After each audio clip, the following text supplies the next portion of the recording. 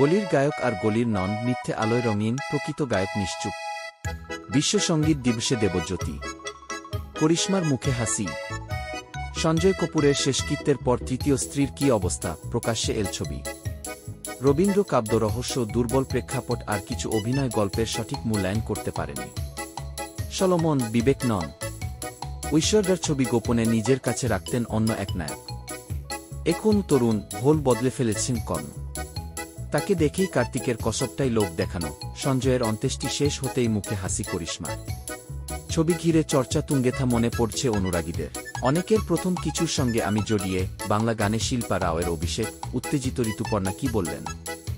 বর্ষায় প্রত্যেকেরই হাত ধরাধরি করে প্রেম করা উচিত। মেঘলা দিন কেমন কাটান অপরাজিতা? পাকিস্তানি অভিনেত্রীর রহস্য মৃত্যু।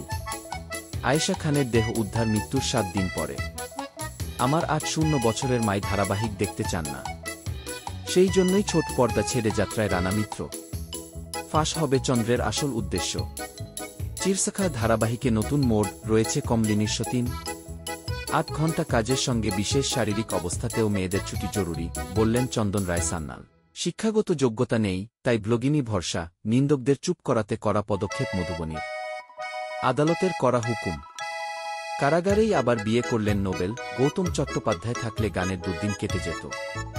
বাবা বিকল্প পথ আর গান বার করে ফেলতেন।